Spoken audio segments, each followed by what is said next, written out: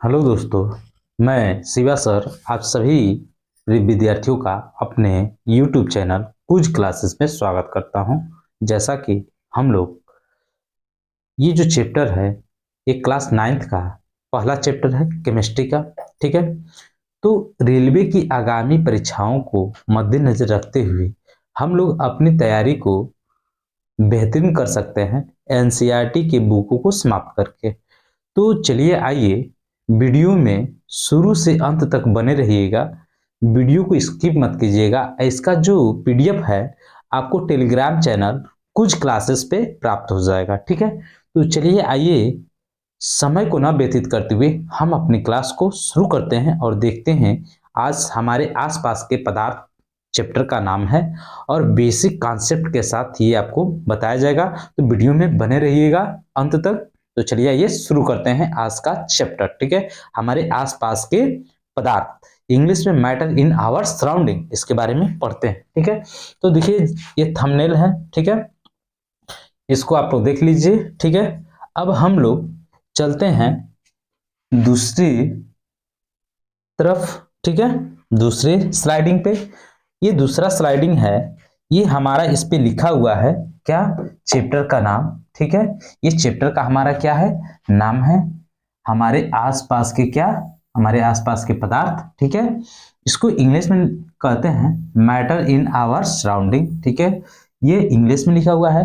ये class 9th का NCERT book का सिलेबस है। ठीक है, ये आज हम लोग शुरू कर रहे हैं केमिस्ट्री का पहला लेसन 9th क्लास के एनसीईआरटी में दिया हुआ है, हमारे आसपास के पदार्थ। ठीक है, तो चलिए अब शुरू करते हैं, आज का पहला स्लाइडिंग देखते हैं। ठीक है, इसको, ये हमारे आसपास के पदार्थ को पढ़ने से पहले हम लोग कुछ बेसिक परिभाषाओं को समझेंगे और उनके मात्रकों को भी समझेंगे। तो आइए देखते हैं पहला मात्रक क्या है। ठीक है, ये कह रहा है द्रव्यमान। ठीक है, द्रव्यमान को हम लोग इंग्लिश में क्या बोलते हैं, मास बोलते हैं। क्या बोलते हैं, मास बोलते हैं। ठीक है, इसका यूनिट क्या होता है, मात्रक क्या होता है, केजी होता है। ठीक है, इंग्लिश में इसको हम लोग क्या बोलते हैं, मास बोलते हैं। अब मास का जो मात्रक होता है एसआई मात्रक केजी होता है। ठीक है, अब इसकी परिभाषा समझते हैं क्या होता है। किसी वस्तु में उपस्थित उसकी पदार्थ की मात्रा को द्रव्यमान कहते हैं। ठीक है, किसी भी पदार्थ में मौजूद उस पदार्थ की मात्रा को हम लोग क्या कहते हैं, द्रव्यमान कहते हैं। समझ में आ गया, ये क्या होता है, किसी भी वस्तु में उसकी पदार्थ की मात्रा को ही क्या कहा जाता है, द्रव्यमान कहा जाता है। समझ में आ गया होगा, आई होप आपको समझ में आ गया होगा। ठीक है, अब थोड़ा समझते हैं यहाँ पे जो दूसरा पॉइंट जो लिखा हुआ है ये क्या कह रहा है, किसी वस्तु में उपस्थित, ठीक है, किसी वस्तु में उपस्थित द्रव्य की वास्तविक मात्रा को, ये भी आप कह सकते हैं, किसी वस्तु में उपस्थित द्रव्य की वास्तविक मात्रा को। ठीक है, दो पॉइंट आप यहाँ पे याद रखिएगा, एक तो ये पदार्थ की मात्रा, ठीक है, पदार्थ की मात्रा को द्रव्यमान कहते हैं, द्रव्य की वास्तविक मात्रा को भी हम लोग द्रव्यमान कहते हैं। ये दोनों फैक्ट याद रखिएगा, द्रव्य की मात्रा, ठीक है, द्रव्य की मात्रा का वास्तविक मतलब द्रव्य का वास्तविक मात्रा जो होगा उसको भी हम द्रव्यमान कहते हैं। अब पदार्थ की मात्रा, ठीक है, उसकी पदार्थ की मात्रा को भी हम द्रव्यमान कहते हैं। ठीक है, समझ में आ गया। अब यहाँ पे कुछ फैक्ट लिखे गए हैं जो कि इंपॉर्टेंट है, इसको समझ लेते हैं कि किसी वस्तु का द्रव्यमान सदैव निश्चित होता है। ठीक है, किसी वस्तु का जो द्रव्यमान होता है वो सदैव क्या होता है, निश्चित होता है। ठीक है, चाहे देखिए हम पृथ्वी की बात करें चाहे किसी अन्य जगह की बात करें, हर जगह द्रव्यमान हमेशा क्या होगा, निश्चित होगा। ठीक है, लेकिन भार में परिवर्तन होता है। ठीक है, किसमें परिवर्तन होता है, भार में परिवर्तन होता है। ठीक है, तो यहाँ पे ये पहली जो लाइन है इसको समझिएगा, क्या कह रहा है कि किसी वस्तु का, ठीक है, द्रव्यमान सदैव क्या होता है, निश्चित होता है। क्या होता है, निश्चित होता है, स्थान परिवर्तन से इस पे कोई प्रभाव नहीं पड़ता है, जो द्रव्यमान होगा वही होगा। ठीक है, इसमें कोई चेंजिंग नहीं होगा। ठीक है, तो यहाँ पे देखिए लिखा भी गया है स्थान परिवर्तन के साथ, ठीक है, स्थान परिवर्तन के साथ मान परिवर्तित नहीं होता है। स्थान परिवर्तन के साथ, जैसे अगर हम यहाँ पे 20 केजी के हैं तो किसी भी जगह पे जाएंगे तो 20 केजी के ही रहेंगे, उसमें कोई परिवर्तन नहीं होने वाला। तो ये फैक्ट याद कीजिएगा कि किसी भी पदार्थ का क्या होता है, द्रव्यमान सदैव क्या होता है, निश्चित होता है, लेकिन स्थान परिवर्तन करने पे वह परिवर्तित नहीं होता, मतलब अर्थात बदलता नहीं है। स्थान बदलने पे द्रव्यमान कभी बदलता नहीं है, इस बात को नोट डाउन कीजिएगा। मतलब एग्जाम की दृष्टि से क्या है, इंपॉर्टेंट है। समझ में आ गया होगा। अब हम लोग चलते हैं अगले स्लाइड पे। अगले स्लाइड पे देखते हैं क्या दिया है। अगले स्लाइड पे जो दिया है, ठीक है, ये देखिए, ये दिया हुआ है भार। ठीक है, भार को भी समझते हैं। ठीक है, भार क्या होता है, भार क्या होता है इसको समझिए। ठीक है, कि पृथ्वी अपने केंद्र की ओर, पृथ्वी अपने केंद्र की ओर क्या करती है, वस्तुओं को जिस बल द्वारा आकर्षित करती है उसे हम क्या कहते हैं, भार कहते हैं। बात समझ में आ गया। पृथ्वी अपने केंद्र की ओर, पृथ्वी अपने केंद्र की ओर वस्तुओं को क्या करती है, अपनी ओर आकर्षित करती है, उसे हम क्या कहते हैं, भार कहते हैं। समझ में आ गया। तो हम लोग समझ रहे थे क्या कि भार क्या होता है। ठीक है, तो पहली बात हम लोग समझ गए थे। अब दूसरी जो बात है, या करके जो दिया गया है, ठीक है, तो या करके दूसरी बात समझाया गया है, किसी वस्तु पर लगने वाला गुरुत्वाकर्षण बल का परिणाम क्या होता है, परिणाम है। ठीक है, तो किसी वस्तु पे लगने वाला बल क्या होता है, गुरुत्वाकर्षण बल, वो क्या होता है, परिणाम होता है। ठीक है, उसको भी हम लोग क्या बोलते हैं, भार बोलते हैं। ठीक है, किसी वस्तु को क्या होता है, किसी वस्तु पे गुरुत्वाकर्षण बल कार्य करता है तो वो भी क्या कहलाता है, भार कहलाता है। तो आई होप आपको समझ में आ गया होगा।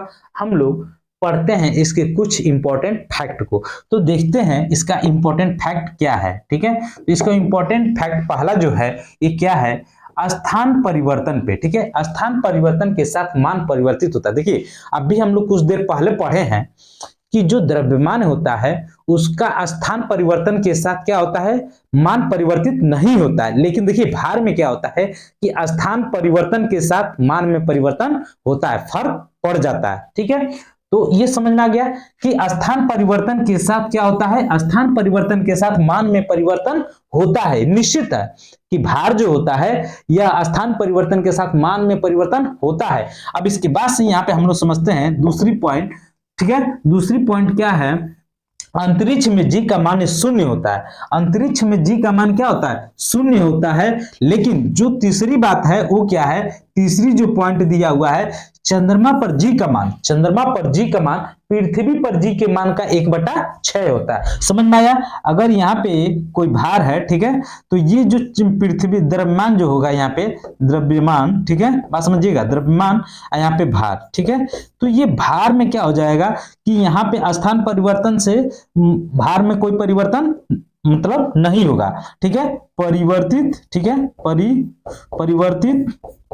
परिवर्तित नहीं होगा, लेकिन यहां परिवर्तन होगा। क्या होगा, परिवर्तन होगा, परिवर्तन होगा। बात समझ में आ गया। अब देखिए ये जो बात कर रहा है कि चंद्रमा पर जी का मान पृथ्वी पर जी के मान का क्या होता है, 1/6 होता है।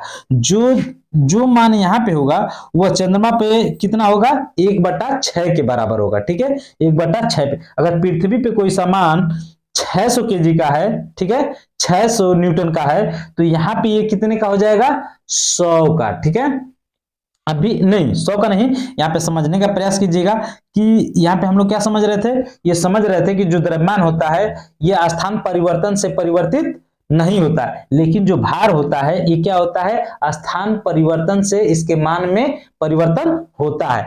दूसरी बात ये पढ़े, तीसरी बात, चंद्रमा पर जी का मान क्या होता है, पृथ्वी पर जी के मान का क्या होता है, 1/6 भाग होता है। ये बात समझ। तो यहाँ पे जो भी वैल्यू होगा वह कितना होगा, भार के 1/6 भाग के बराबर होगा। ये मैं समझाने वाला था आपको। ठीक है, तो समझ में आ गया। अब हम लोग अगले पॉइंट पे चलते हैं। अगला पॉइंट देखते हैं, इसी से रिलेटेड है।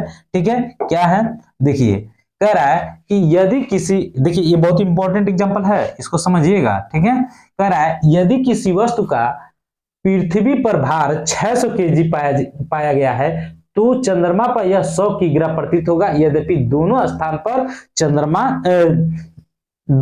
पर द्रव्यमान क्या हो जाएगा, समान हो जाएगा। बात समझ में आ गया। अगर कोई मतलब वस्तु है जो पृथ्वी पे कितना है, पृथ्वी पे वो 600 केजी का है। ठीक है, यही 600 केजी का वस्तु अगर ये जाता है चंद्रमा पे, ठीक है, चंद्रमा पे तो ये कितने का हो जाएगा, 100 केजी का हो जाएगा। बात समझ में आ गया। तो ये क्या हो गया, ये इसका 1/6 भाग 100 के बराबर हो गया। बात समझ में आ गया। अब देखिए ये जो दूसरा एग्जांपल दिया हुआ है ये कितना इंपॉर्टेंट होने वाला है। अब देखिए कह रहे चंद्रमा पर जी का मान पृथ्वी पर जी की मान का 1/6 है। यदि कोई व्यक्ति पृथ्वी पर, ठीक है, पृथ्वी पर 9 मीटर ऊंचा उछलता है तो चंद्रमा पर वह कितनी ऊंचाई तक उछल सकता है। तो देखिए जब कोई मतलब क्या कर रहा है व्यक्ति पृथ्वी पर इतना, देखिए 1 ठीक है 5 मीटर उछलता है तो वह कितना चंद्रमा पे कितना उछलेगा, तो चंद्रमा पे इसका 6 गुना उछलेगा, ठीक है। तो मतलब ये उछलेगा 9 मीटर, कितना 9 मीटर तक उछलेगा। बात समझ में आया। तो देखिए यहाँ पे क्या होगा कि यदि कोई व्यक्ति पृथ्वी पर क्या कर रहा है 1.5 मीटर उछल रहा है तो वह चंद्रमा पे कितना उछलेगा, तो 9 मीटर तक उछल सकता है। बात समझ में आ गया। ये 1/6 की वजह से ऐसा होता है, ठीक है। अब हम लोग चलते हैं अगले पॉइंट पे, ठीक है, अगला पॉइंट। अब देखिए जो यहाँ पे दिया हुआ है, ये देखिए क्या दिया है, द्रव्यमान तथा भार में संबंध। तो द्रव्यमान तथा भार में क्या संबंध है यहाँ पे, इसको हम लोग समझते हैं, ठीक है। ये जो द्रव्यमान और भार में संबंध है, तो ये जो W है, ठीक है, ये किसको बता रहा है, ये किसको बताता है, द्रव्यमान तथा भार में संबंध W=mg, ठीक है। तो ये W किसको बताता है, M किसको बताता है और G किसको बताता है, ठीक है। तो ये समझिए कि द्रव्यमान तथा भार में संबंध, ठीक है।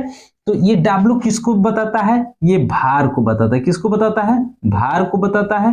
ये जो M है ये किसको बताता है, द्रव्यमान को बताता है, किसको बताता है, द्रव्यमान को बताता है। ये जो G होता है ये क्या होता है, गुरुत्वीय त्वरण होता है, गुरुत्वीय त्वरण होता है, गुरुत्वीय त्वरण, ठीक है। ये कितना होता है गुरुत्वीय त्वरण, 9.8 मीटर प्रति सेकेंड होता है, ठीक है, 9.8 मीटर प्रति सेकेंड होता है। बात समझ में आ गया। ये गुरुत्वीय त्वरण होता है। अब यहाँ पे हम लोग द्रव्यमान, ये बहुत ही इंपॉर्टेंट फैक्ट है, ये W जो है mg, ठीक है, इसको याद कर लीजिएगा, इस पे न्यूमेरिकल आता रहता है एग्जाम में, ठीक है। ये बहुत इंपॉर्टेंट है। ये W क्या है, भार है, m क्या है, द्रव्यमान है, ये क्या है, गुरुत्वीय जनित त्वरण है, ठीक है।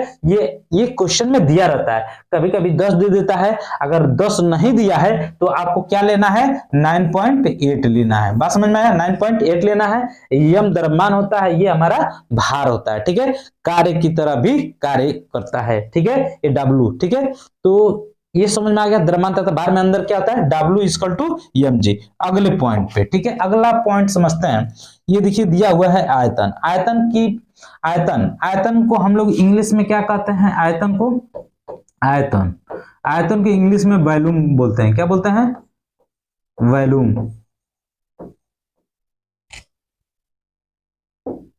क्या बोलते हैं,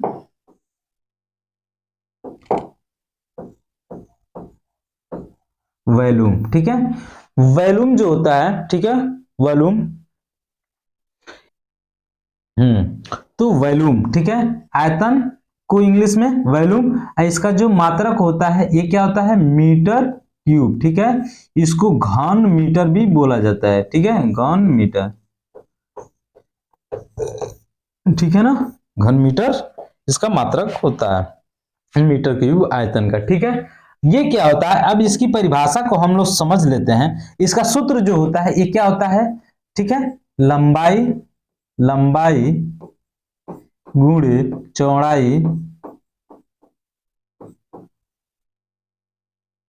ठीक है, चौड़ाई गुणे ऊंचाई, ठीक है, ऊंचाई, ठीक है। ये इसका क्या होता है, आयतन का सूत्र होता है, लंबाई गुणे चौड़ाई गुणे ऊंचाई, ये इसका मात्रक होता है, इंग्लिश में ये बोला जाता है, ठीक है। अब इसकी परिभाषा को हम लोग समझ लेते हैं कि क्या होता है। किसी वस्तु द्वारा घेरा गया स्थान, किसी वस्तु द्वारा घेरा गया स्थान उस वस्तु का क्या कहलाता है, आयतन कहलाता है। बात समझ में आया। किसी वस्तु द्वारा घेरा गया स्थान उस वस्तु का क्या कहलाता है? आयतन कहलाता है। किसी वस्तु द्वारा घेरा गया स्थान उस वस्तु का आयतन कहलाता है। आई होप आपको समझ में आ रहा होगा और हमारी बातों को समझने का प्रयास भी कीजिए। ठीक है, अब हम लोग नेक्स्ट पेज पे चलते हैं, अगला कॉन्सेप्ट समझते हैं। ठीक है, ये देखिए क्या है, कितना बेहतरीन सा ये है। इससे एग्जाम में तो एकदम क्वेश्चन आता ही आता है। इसको भी हम लोग समझते हैं क्या होता है। ठीक है, इसके फैक्ट को भी समझेंगे। अब देखिए यहाँ पे कह रहा है ऊर्जा, ऊर्जा मतलब एनर्जी, एनर्जी। ठीक है, यहाँ पे एनर्जी के बारे में हम लोग डिस्कस कर रहे हैं। एनर्जी, एनर्जी माने ऊर्जा। ठीक है, ऊर्जा। ठीक है, ऊर्जा। ठीक है, तो एनर्जी माने ऊर्जा। ठीक है, ये इसका मात्रक क्या होता है? ठीक है, तो यहाँ पे अभी हम लोग डिस्कस करेंगे क्या कि इसकी परिभाषा को डिस्कस करेंगे। ठीक है, इसकी परिभाषा को डिस्कस करेंगे। ठीक है, तो इसकी परिभाषा क्या है? देखिए, किसी वस्तु की कार्य करने की क्षमता को ऊर्जा कहते हैं। किसी वस्तु के कार्य करने की दर को क्षमता कहते हैं। किसी वस्तु के कार्य करने की दर को क्षमता कहते हैं। किसी वस्तु के कार्य करने की दर को क्या कहते हैं? क्षमता को ऊर्जा कहते हैं। बात समझ में आ गया? तो ये देखिए, किसी वस्तु के कार्य करने की क्षमता को क्या कहते हैं? कार्य करने की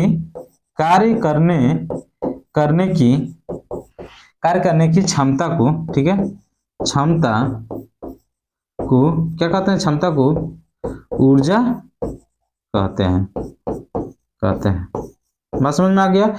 कार्य करने की क्षमता को, किसी वस्तु के कार्य करने की क्षमता को ऊर्जा कहते हैं। अब इसके कुछ फैक्ट हैं, इसको समझ लेते हैं। इसका फैक्ट क्या है? कह रहा है प्रत्येक द्रव्य में ऊर्जा की एक निश्चित मात्रा होती है। प्रत्येक द्रव्य में ऊर्जा की एक निश्चित मात्रा होती है। ठीक है, प्रत्येक द्रव्य में ऊर्जा की एक निश्चित मात्रा होती है। ऊर्जा में न तो द्रव्यमान होता है और न ही इसकी कोई भौतिक अवस्था होती है। ध्यान दीजिएगा, इसकी कोई भौतिक अवस्था नहीं होती है और न तो इसका द्रव्यमान होता है। ऊर्जा में न तो द्रव्यमान होता है, न इसकी भौतिक अवस्था होती है। ठीक है, तो ये क्या होता है? अगला जो पॉइंट है, कह रहा है ऊर्जा किसी भी रूप में प्राप्त हो सकता है, जैसे प्रकाश में, ध्वनि में। ठीक है, प्रकाश में, ध्वनि में, और उसके बाद से विद्युत ऊर्जा में, गतिज ऊर्जा में, इन सभी में, ऊष्मीय ऊर्जा में। ठीक है, ऊष्मीय ऊर्जा में, इन सभी को हम लोग ऊर्जा का नाम देते हैं। जैसे ऊर्जा किसी भी रूप में प्राप्त हो सकती है, जैसे किसमें प्राप्त हो सकती है? ध्यान दीजिएगा, प्रकाश में, प्रकाश ऊर्जा में प्राप्त होती है, ऊष्मीय ऊर्जा में प्राप्त होती है। ठीक है, ध्वनि ऊर्जा में प्राप्त होती है, विद्युत ऊर्जा, गतिज ऊर्जा, इन सभी से ऊर्जा प्राप्त होती है। इन रूपों में क्या होती है? उपस्थित होती ऊर्जा जो होती है, इन सभी रूपों में ऊर्जा देखने को मिलती है। बात समझ में आया? तो अकॉर्डिंग टू डिफिनीशन हम लोग को समझ में आया कि क्या होता है। ठीक है, तो ऊर्जा में न तो द्रव्यमान होता है और न ही इसकी कोई भौतिक अवस्था होती है, तो उसे क्या कहते हैं? ऊर्जा कहते हैं। समझ में आ गया? अब हम लोग नेक्स्ट पॉइंट पे चलते हैं।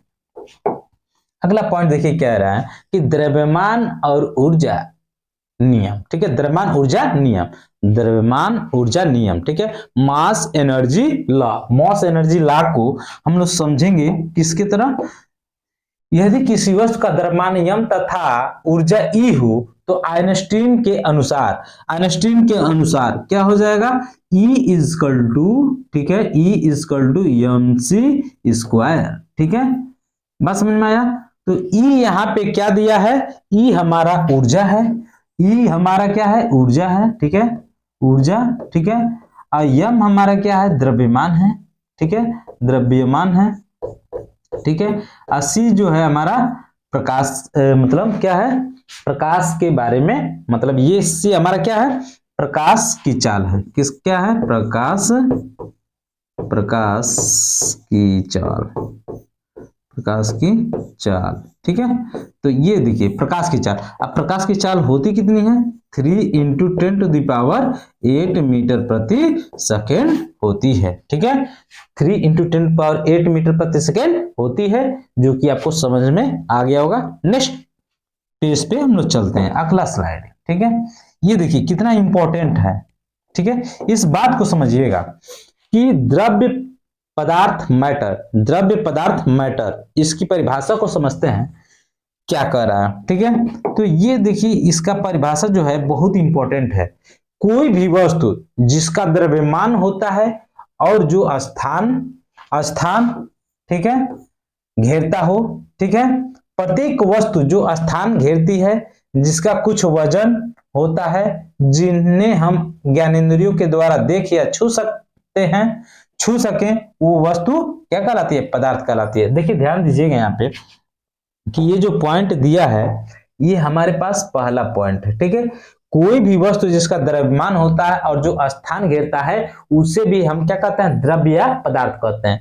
दूसरी जो पॉइंट है, प्रत्येक वस्तु जो स्थान घेरती है, जिसका कुछ वजन या द्रव्यमान होता है, जिन्हें हम अपने ज्ञानेंद्रियों द्वारा क्या कर सकते हैं? देख सकते हैं, ठीक है, देख सकते हैं, छू सकते हैं, वो क्या कहलाएगा?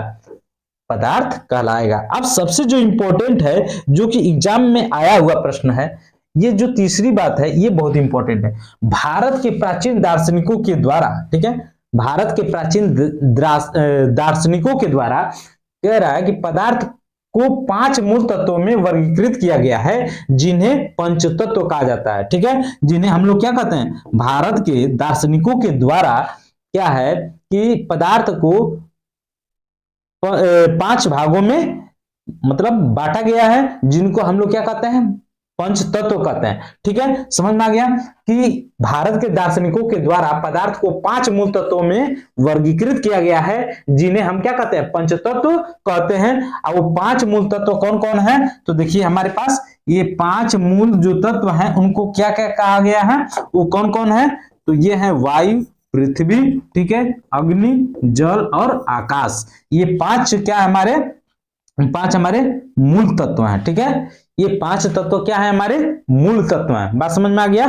तो यहां से एक क्वेश्चन आया भी है एग्जाम में और आगे आने की संभावनाएं बनी रहती हैं, ठीक है। तो इसलिए हम लोग किसी भी फैक्ट को निगलेक्ट नहीं करेंगे, छोड़ेंगे नहीं, एक एक फैक्ट को बारीकी से पढ़ेंगे, जिससे कि एग्जाम को अच्छे से फोड़ना है, ठीक है।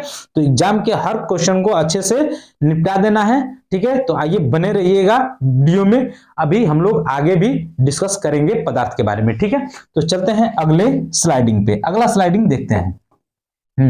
ये देखिए क्या कह रहा है, यहाँ पे कह रहा है कि पदार्थ को 2 भागों में बांटा गया है। पदार्थ को 2 भागों में बांटा गया है, एक भौतिक गुण के आधार पे, एक रासायनिक गुण, रासायनिक प्रकृति के आधार पे, ठीक है। एक रासायनिक प्रकृति के आधार पे,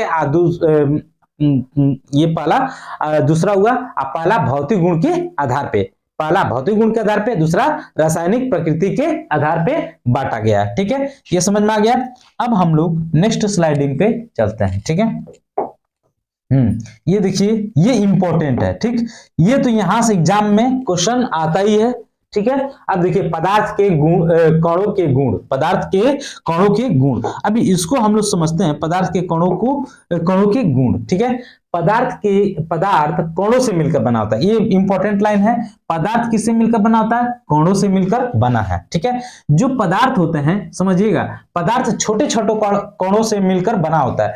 पदार्थ छोटे छोटे कणों से मिलकर बना होता है। यह बात किस दार्शनिक के द्वारा कही गई थी? ये स्टेटमेंट एग्जाम में पूछा हुआ है कि पदार्थ छोटे छोटे कणों से मिलकर बना होता है, यह किसने कहा था? किस दार्शनिक ने कहा था? तो महर्षि कर्णाद के द्वारा यह बात कही गई थी कि पदार्थ छोटे छोटे कणों से मिलकर बना होता है, ठीक है। पदार्थ छोटे छोटे कणों से मिलकर बना होता है, यह महर्षि कर्णाद के द्वारा, ठीक, भारतीय दार्शनिक महर्षि कर्णाद के द्वारा यह बात कही गई थी कि पदार्थ छोटे छोटे कणों से मिलकर बना होता है। बात समझ में आ गया? ये देखिए, तो इनके अनुसार क्या कहा गया था? पदार्थ छोटे छोटे कणों से मिलकर बना होता है, ठीक है। समझ में आ गया? अब देखिए जो तीसरी बात है, ये देखिए तीसरी बात यहाँ पे लिखा हुआ है, ठीक है। पदार्थ के कण, ठीक है, पदार्थ के कण क्या होते हैं? अति सूक्ष्म होते हैं। पदार्थ के कण क्या होते हैं? अति सूक्ष्म होते हैं। और चौथी बात, पदार्थ की कणों के मध्य रिक्त स्थान होता है। पदार्थ के, देखिए जो पदार्थ होते हैं वो कणों से मिलकर बने होते हैं, पदार्थ कणों से मिलकर बने होते हैं। पदार्थ के कणों के बीच में क्या होता है? पदार्थ के कणों के बीच में रिक्त स्थान होता है।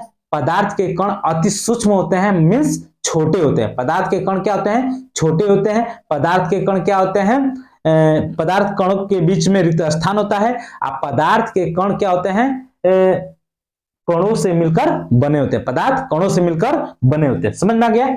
अब हम लोग अगले पॉइंट को समझते हैं, ठीक है, यहां से, ठीक है। ये देखिए क्या कह रहा है कि पदार्थ के कण निरंतर गतिशील होते हैं। पदार्थ के जो कण होते हैं ये क्या होते हैं, निरंतर गतिशील होते हैं। ये बात ध्यान दीजिएगा, निरंतर गतिशील होते हैं, पदार्थ के कण निरंतर गतिशील होते हैं। और देखिए जब गतिशील होते हैं तो ये इंपॉर्टेंट लाइन है, इसको समझिएगा, ताप वृद्धि होने पर कणों की गतिज ऊर्जा क्या होती है, बढ़ जाती है। जब किसी कण पे ताप का प्रभाव पड़ेगा तो वह उसकी गतिज ऊर्जा क्या हो जाएगी, बढ़ जाएगी। बात समझ में आया। तो जब किसी पदार्थ या कण पे क्या होता है कि ताप का प्रभाव पड़ता है तो उसकी गतिज ऊर्जा क्या हो जाती है, बढ़ जाती है। समझ में आ गया। अब यहाँ पे हम लोग आगे चलते हैं, अगला पॉइंट समझते हैं। ठीक है, अगला पॉइंट कह रहा है कि पदार्थ के कण एक दूसरे को आकर्षित करता है। पदार्थ के जो कण होते हैं वो एक दूसरे को क्या करते हैं, आकर्षित करते हैं, अट्रैक्ट करते हैं। पदार्थ के कण एक दूसरे को आकर्षित करते हैं। ठीक है, तो वहां तक हम चौथा पढ़े थे, ये पांचवा पॉइंट है, चौथा पॉइंट है, ये हमारा पांचवा पॉइंट हो गया। ठीक है, समझ में आ गया। 5 पॉइंट को बढ़िया से एकदम तैयार रखिएगा, क्योंकि यहां से एग्जाम में क्वेश्चन पूछा है, आगे पूछने की 100% गारंटी है। ठीक है, तो आप इसको तैयार कर लीजिएगा। क्या तैयार करना है कि देखिए, ये पहली बात क्या समझाया मैं आपको कि पदार्थ के कण क्या होते हैं, पदार्थ कणों से मिलकर बने होते हैं। पदार्थ क्या होते हैं, पदार्थ जो होते हैं, पदार्थ कण से मिलकर बने हैं, कण से मिलकर बने हैं। ठीक है, पदार्थ कण से मिलकर बने हैं। ठीक है, दूसरी बात क्या बताएं, पदार्थ जो होता है, पदार्थ के कणों के बीच में, कणों के बीच में क्या होता है, रिक्त स्थान होता है। ठीक है, रिक्त स्थान होता है। ठीक है, बात समझ में आ गया।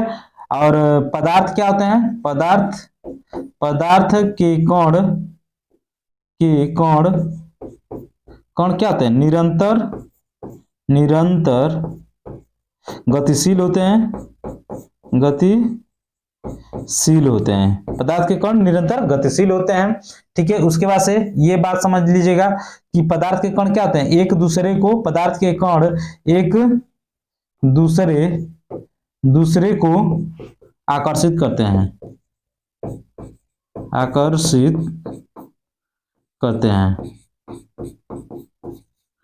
पदार्थ के कण एक दूसरे को क्या करते हैं, आकर्षित करते हैं। तो ये कुछ इंपॉर्टेंट लाइन था जो कि आपको समझ में आ गया। अब इसके कुछ और बातों को हम लोग समझते हैं जो कि अति महत्वपूर्ण है। देखिए, जो ये काइनेटिक एनर्जी होता है ना, ठीक है, काइनेटिक एनर्जी जो होता है ये प्रोपोर्शनल होता है परम ताप के। ठीक है, इस बात को याद रखिएगा कि जब ताप बढ़ेगा तो गतिज ऊर्जा बढ़ेगी, जब गतिज ऊर्जा घटेगा तो ताप भी घटेगा। ठीक, तो ये बात समझिएगा। तो यहाँ पे दिया है अणुओं की गतिज ऊर्जा गैस के परम ताप के समानुपाती। ठीक है, गैस के परम ताप के समानुपाती होता है, अर्थात इसको कह सकते हैं कि गतिज ऊर्जा काइनेटिक एनर्जी प्रोपोर्शनल टी, अतः ताप बढ़ने पर गतिज ऊर्जा, ये लाइन याद रखिएगा कि ताप बढ़ने पर गतिज ऊर्जा क्या होती है, बढ़ जाती है। ताप बढ़ने पे गतिज ऊर्जा क्या हो जाती है, बढ़ जाती है। ये इंपॉर्टेंट लाइन है, इसको याद रखिएगा। अगले पॉइंट पे चलते हैं। अगला पॉइंट देखिए, ये कितना इंपॉर्टेंट है। ठीक है, ठीक है, अब देखिए यहां पे कह रहा है पदार्थ के दो भागों में बांटा गया, पदार्थ को दो भागों में बांटा गया। पदार्थ को कितने भागों में बांटा गया है, दो भागों में। देखिए ये समझिएगा कि पदार्थ को दो भागों में बांटा गया है। तो पदार्थ को हम लोग कितने भागों में बांटते हैं, पदार्थ को दो भागों में बांटे हैं। पहला क्या है, भौतिक आधार पे, ठीक है, और दूसरा रासायनिक, ठीक है, रासायनिक आधार पे। ठीक है, देखिए भौतिक गुणों के आधार पे, दूसरा रासायनिक प्रकृति के आधार पे वर्गीकृत किया गया। जो ये हमारा भौतिक है ना, तो भौतिक को कितने आधार पे बांटा गया है, 3 आधार पे। ठीक है, पहला ठोस, उसके बाद से द्रव, उसके बाद से गैस। ठीक, चौथा जो हमारा है वो क्या है, प्लाज्मा। पांचवा जो है बीईसी, मतलब बोस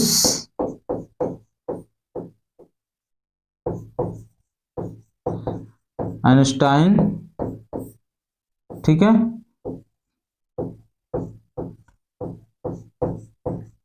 कंडेंसेट, ठीक है, कंडेंसेट, बात समझ में आ गया।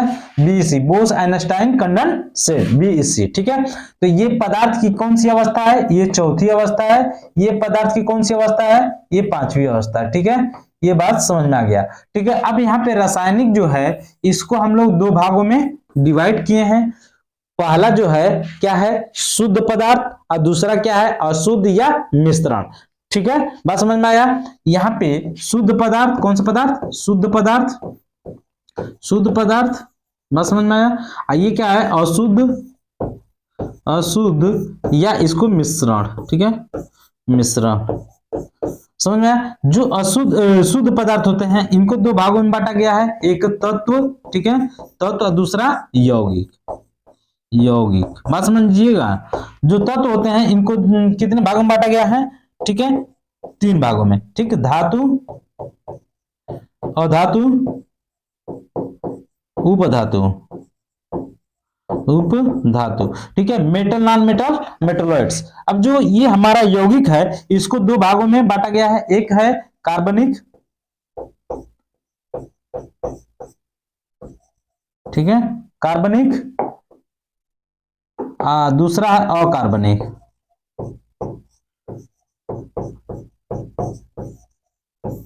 अकार्बनिक यौगिक। देखिए कार्बनिक यौगिक और दूसरा क्या होगा, अकार्बनिक यौगिक, ठीक है, समझ में आया। कार्बनिक यौगिक और दूसरा अकार्बनिक यौगिक। जो अशुद्ध या मिश्रण होता है इसको कितने भागों में बांटा गया है, तो इसको दो भागों में बांटा गया है, समांगी मिश्रण और विषमांगी मिश्रण, इसको दो भागों में बांटा गया है। ये जो हमारा होता है शुद्ध मिश्रण, इसको कितने भागों में बांटा गया है, इसको भी दो भागों में बांटा गया है, समझिएगा। एक समांगी, ठीक है, समांगी, समांगी मिश्रण, मिश्रण, और दूसरा विषमांगी मिश्रण, विषमांगी मिश्रण, ठीक है, मिश्रण, बात समझ में आया। तो यहाँ पे ये आपको समझ में आ गया कि पदार्थ को दो भागों में बांटा गया है, भौतिक अवस्था तीन भागों में और उसके दो अलग से चौथा पांचवा भी अवस्था है, ठीक है।